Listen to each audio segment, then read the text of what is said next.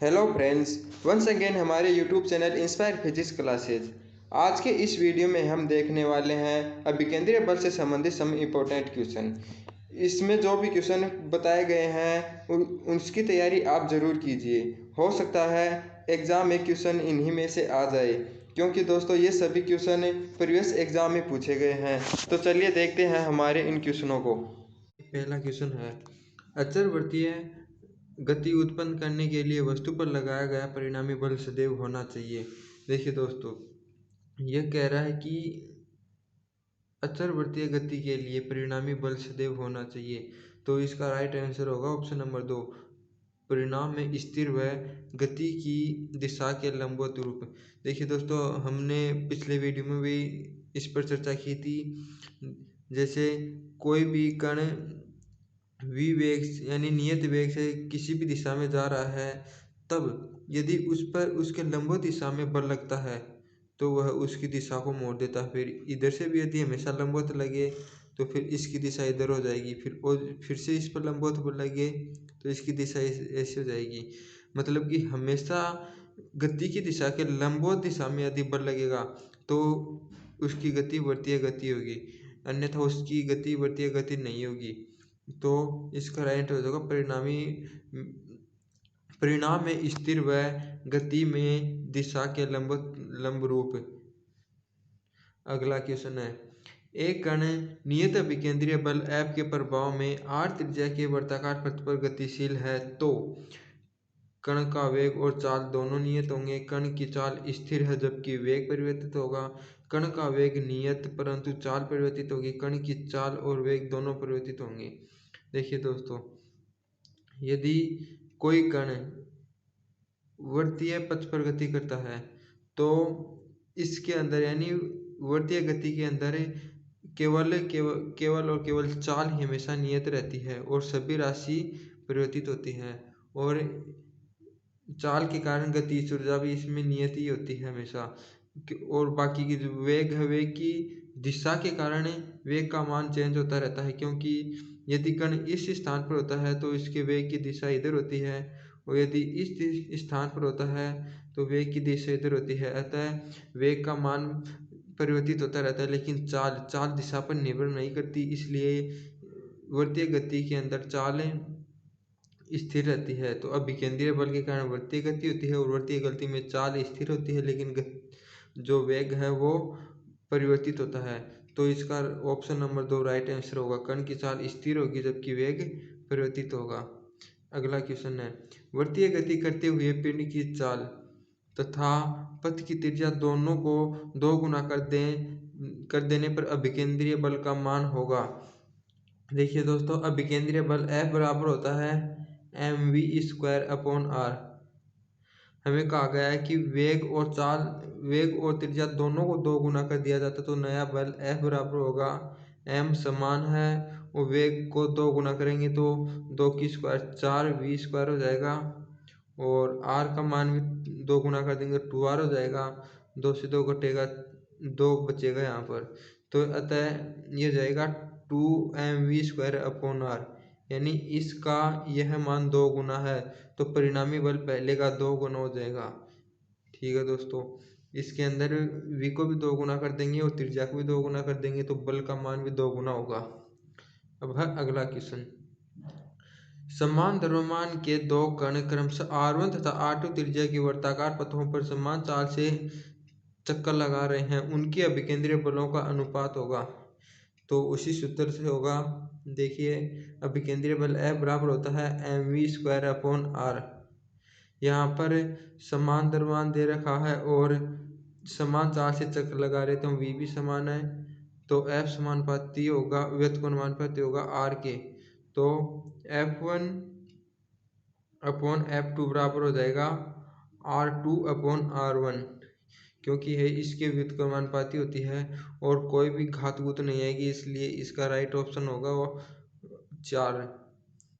तो इसका right answer हो जाएगा R2/R1। अगला क्वेश्चन है, पानी से भरा सिलेंडर एक समान कोणीय वेग से अपनी अक्ष पर घूर्णन कर रहा है, तो पानी की मुख्य सतह पर आकार होगा। देखिए दोस्तों, जब कोई सिलेंडर यह है और इसमें पानी भरा हुआ है और यह अपने अक्ष पर घूर्णन कर रहा है। तो इसके अंदर जो पानी की मुख्य सतह का आकार होता है वो दीर्घवृत्ताकार होता है। यह आपको याद ही रखना पड़ेगा, इसमें कोई कॉन्सेप्ट नहीं होता है। हमेशा इसका आकार दीर्घवृत्ताकार होगा। यह दीर्घवृत्त होगा, यह आपको याद करना है, ये एग्जाम के लिए बहुत ही ज़्यादा इम्पोर्टेंट है। और अगला क्वेश्चन है, एक ट्रेन नियत चाल से वृत्ताकार पथ में गतिशील है। उसमें बैठा एक यात्री एक गेंद को ऊपर उछालता है तो गेंद वापस आएगी यात्री के हाथ में, यात्री के आगे ट्रेन की गति की दिशा में, यात्री के पीछे ट्रेन की विपरीत दिशा में, और यात्री के पास वृत्तीय पथ की के बाहर की तरफ है। देखिए दोस्तों, ये कह रहा है कि जब कोई ट्रेन नियत चाल से वृत्तीय पथ पर गतिशील है, यानी ऐसे वृत्तीय पथ पर गतिशील है, तो इसके हाथ कोई यात्री बैठा हो इस ट्रेन में, वो इसके हाथ में कोई गेंद है, इस गेंद को यह उछालता है। तो जैसे ही गेंद ऊपर उछलेगी तो उसका आवश्यक विकेंद्रीय उस नहीं मिल पाएगा, इस कारण वह बाहर की तरफ चली जाएगी और वह इस तरफ यहाँ से ऊपर उछलते ही इसे वृत्तीय पथ में बाहर जाकर गिरेगी। तो इसका राइट ऑप्शन होगा ऑप्शन नंबर 4, यात्री के पास में वृत्तीय पथ के बाहर की तरफ, यानी यात्री के पास में गिरेगी लेकिन वृत्तीय पथ के बाद में बाहर, क्योंकि यहाँ पर इस गेंद को आवश्यक अभिकेंद्रीय बल नहीं मिल पाएगा, क्योंकि यह स्वतंत्र रूप से हो जाएगी ऊपर जाने के बाद। इस कारण यह वृत्तीय रूप में बाहर की तरफ चली जाएगी, इस यानी कि ट्रेन यहाँ पर वर्त में गति कर रही है और ये गेंद है जो वृत्तीय रूप में बाहर की तरफ जाकर गिरेगी। ठीक है, अगला क्वेश्चन, समान चाल से वृत्ताकार पथ में गति करने वाले पिंड के मार्ग की त्रिज्या दोगुनी कर दी जाए तो अभिकेंद्रीय बल का मान होगा।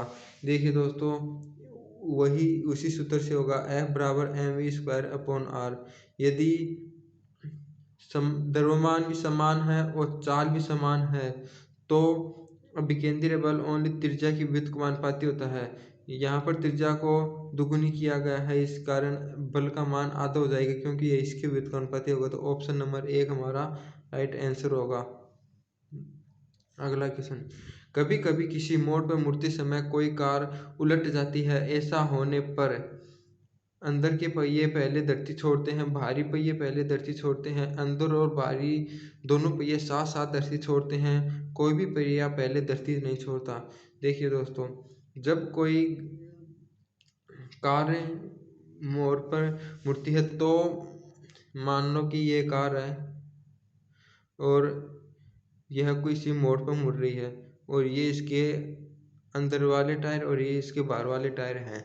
तो यदि यह इसका वेग अधिक होता है तो टायर तो घर्षण के कारण अभिकेंद्रीय बल, जो अभिकेंद्रीय बल होता है वो घर्षण से संतुलित हो जाता है, लेकिन जो ऊपर होता है उस पर बाहर की तरफ बल लगता है। इस कारण यह जो कार होती है बाहर की तरफ उलट जाने की कोशिश करेगी और पहले अंदर वाले टायर ही इसके ऊपर उठेंगे।